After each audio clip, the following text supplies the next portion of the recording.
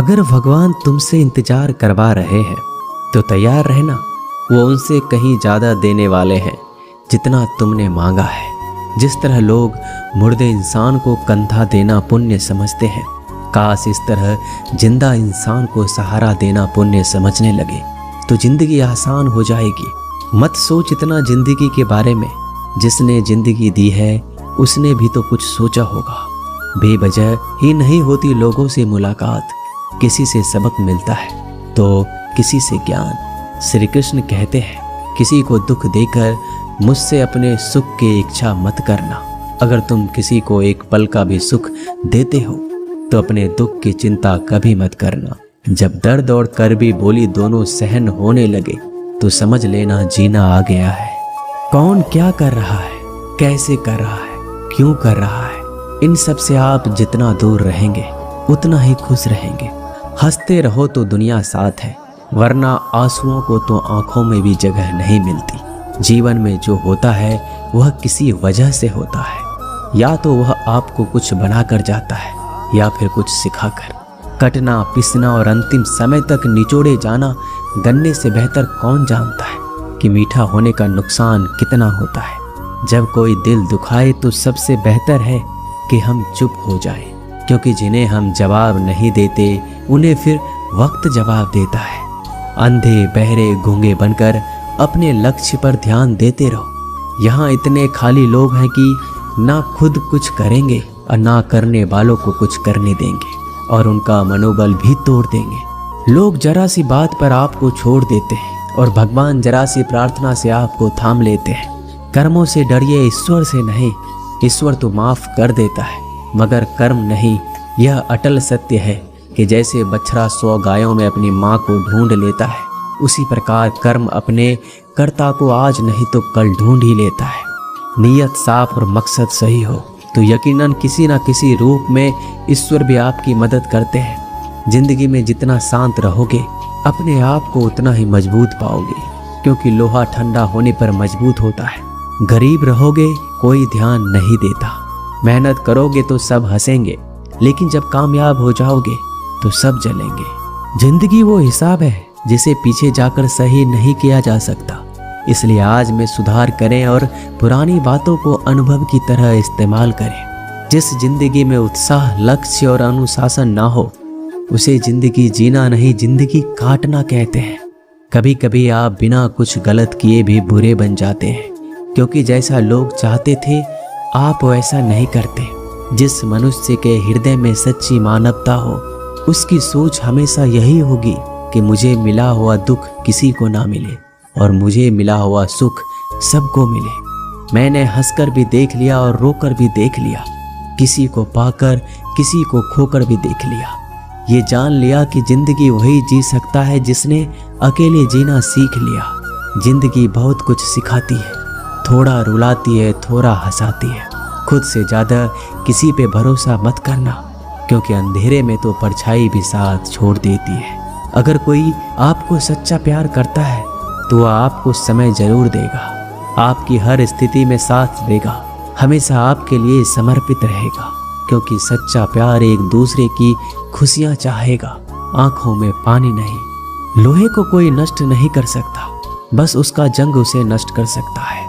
इसी तरह आदमी को कोई और नहीं बल्कि उसकी सोच ही नष्ट कर सकती है। इसलिए सोच अच्छी रखो, फल अच्छा ही होगा।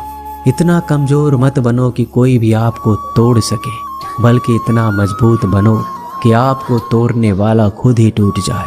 दर्द आपको मजबूत बनाता है, डर आपको बहादुर बनाता है, अनुभव आपको सिखा देता है। जिस दिन हम समझ जाएंगे कि सामने वाला गलत नहीं, सिर्फ आपकी सोच हमसे अलग है, उस दिन जीवन में सब दुख दूर हो जाएंगे। क्यों रोते हो? मन का ना होने पर जो लिखा है वही होकर रहेगा। एक रास्ता बंद करने से पहले भगवान 10 रास्ते खोल देते हैं। गर्मी के मौसम में पत्ते सूखने के बाद भी पंछी घोंसला नहीं छोड़ते, क्योंकि वो जानते हैं फिर से बरसात आएगी और पेड़ पर नए पत्ते आएंगे। जो हुआ उसे भूलकर नई शुरुआत करो और याद रखो, जिसका कोई नहीं होता उसका भगवान होता है।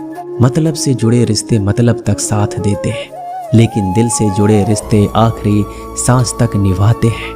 अच्छा काम करते रहो, चाहे कोई सम्मान करे या ना करे, क्योंकि सूर्योदय तब भी होता है जब करोड़ों लोग सोए रहते हैं। दुनिया में हर एक काम आसान है, केवल अंदर से आवाज आनी चाहिए। हमेशा मेहनत और उस परमात्मा पर विश्वास रखना इस सफलता का सूत्र है। जीवन में सबसे बड़ी गलती वो है जिस गलती से हम कुछ सीख नहीं पाते। जो व्यक्ति अपने मन को काबू में कर सकता है वह जिंदगी में कुछ भी कर सकता है।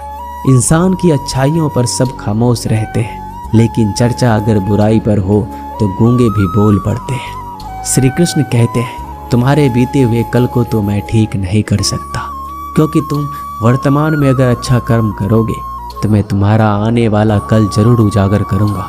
झूठी बातों पर लोग आपकी वाहवाही करेंगे, वही लोग आपको तबाह करेंगे। बुरे से बुरा क्या ही होगा, हम तो हमेशा ही सोच लेते हैं, मगर अच्छे से अच्छा क्या होगा हम ये कभी नहीं सोचते। जो ईश्वर रात को पेड़ पर बैठे पक्षियों को कभी गिरने नहीं देता, तो सोचो वह तुम्हें अकेला और बेसहारा कैसे छोड़ सकता है। आज के ज़माने में कोई अपना नहीं होता, सिर्फ लोग तब तक साथ देते हैं जब तक उनका स्वार्थ होता है। अगर कोई अकेला है तो इसका मतलब ये नहीं कि उसे कोई पसंद नहीं करता, बल्कि वह अकेला इसलिए है क्योंकि उसने दुनिया की औकात जान ली है। एक बार राजा और उसका मंत्री तलवार को साफ कर रहे होते हैं। तलवार को साफ करते समय अचानक राजा के पैर पर तलवार गिर जाती है और राजा की पैर की उंगलियां कट जाती है। उस राजा को उंगली कटने के कारण बहुत ही तकलीफ हो रही थी, बहुत ही दर्द हो रहा था, लेकिन उसका मंत्री कहता है, शांत रहिए महाराज, जो कुछ भी होता है अच्छे के लिए होता है। राजा को यह बात सुनकर गुस्सा आ जाता है। वह मंत्री से कहता है कि मेरी उंगली टूट गई और तुम कह रहे हो अच्छे के लिए हुआ। वह मंत्री राजा को समझाने की कोशिश करता है, पर वो नहीं मानता और बिना सुने गुस्से के कारण मंत्री को काल कोठरी में बंद करने का आदेश दे देता है। पर मंत्री को इस बात का कोई दुख नहीं था, क्योंकि उसका अभी भी यही कहना था कि जो होता है अच्छे के लिए होता है। वो अपनी खुशी से ही अपने आप को सैनिक के हवाले कर देता है। राजा इस बात को सुनकर चौंक जाता है, सोचता है कि मेरा मंत्री कितना मूर्ख था। उसे लग रहा था कि मैंने उसे अच्छाई के लिए कैद कर दिया। इस घटना के 3 महीने बीत जाते हैं। एक दिन राजा अपने सैनिकों को लेकर शिकार करने के लिए जंगल में जाता है। राजा को एक हिरन दिखता है। हिरन का पीछा करते करते राजा घने जंगलों में चला जाता है। वह हिरन को पकड़ नहीं पाता और जंगलों में खो जाता है। वो बाहर आने के लिए रास्ता ढूंढता है, लेकिन रास्ता उसे नहीं मिलता। तभी कुछ आदिवासी लोग उसे घेर लेते हैं। उन लोगों को पता नहीं था कि वह राजा है। वो लोग अपने देवता को बलि चढ़ाने के लिए एक इंसान को ढूंढ रहे थे।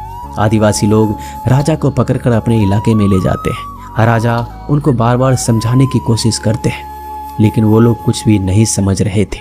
वो लोग खुशी से नाचते हैं और राजा को नहलाकर बलि चढ़ाने के लिए उनको कपड़ा पहनाते हैं। अब राजा को लगता है कि वो मरने वाला है। जब आदिवासी लोगों का मुखिया राजा को मारने जाता है, तब देखता है कि राजा की पैर की उंगली कट चुकी है। इसको देखकर उसका मुखिया कहता है कि इस इंसान की बलि नहीं दी जा सकती, क्योंकि ये इंसान पूरा नहीं है, एक अंग कटा हुआ है, और उनके भगवान को एक पूरे इंसान की बलि ही दी जा सकती है। अगर ऐसे इंसान की बलि दी जाए जिसका अंग पहले से कटा हुआ है, तो उनके देवता खुश होने की जगह नाराज हो जाएंगे। फिर वो लोग राजा को छोड़ देते हैं। राजा खुशी खुशी अपने महल चला जाता है और सोचता है, अगर मेरी उंगली उस दिन ना कटी होती तो आज मेरी मौत हो जाती। इसका मतलब मंत्री सही कह रहा था, जो कुछ होता है अच्छे के लिए होता है। फिर राजा अपने सैनिकों को आदेश देता है कि जल्दी से जाकर मंत्री को रिहा किया जाए। फिर राजा मंत्री को अपना पद वापस देते हैं और पूछते हैं, मंत्री, उस दिन मेरी उंगली कट गई, मेरे लिए अच्छा हुआ, मैं मान गया, लेकिन तुम जेल में हो, इससे तुम्हारा क्या अच्छा हुआ। मंत्री खुशी खुशी राजा से कहता है, महाराज, आप शिकार के लिए जाते तो आपके साथ मुझे भी आना पड़ता, और अगर मैं आपके साथ जाता तो लोग मुझे मार देते। मंत्री की बात सुनकर राजा को समझ आता है कि जो भी हमारे जीवन में होता है वो अच्छे के लिए होता है। अगर हम अपने जीवन में देखें तो हमारे जीवन में भी कुछ मुश्किलें आती हैं, हम उनका सामना नहीं करते, हम उनको ही दोष देते हैं। ये मुश्किलें हमें आगे बढ़ाने और मजबूत कराने के लिए ही आती हैं। हमें हर मुश्किलों को सकारात्मक तरीके से देखना चाहिए, क्योंकि हर चीज़ कुछ ना कुछ सिखाकर ही। दोस्तों, आशा करते हैं कि ये वीडियो आपको पसंद आई होगी। मिलते हैं जल्दी नए ज्ञानवर्धक वीडियो के साथ। धन्यवाद।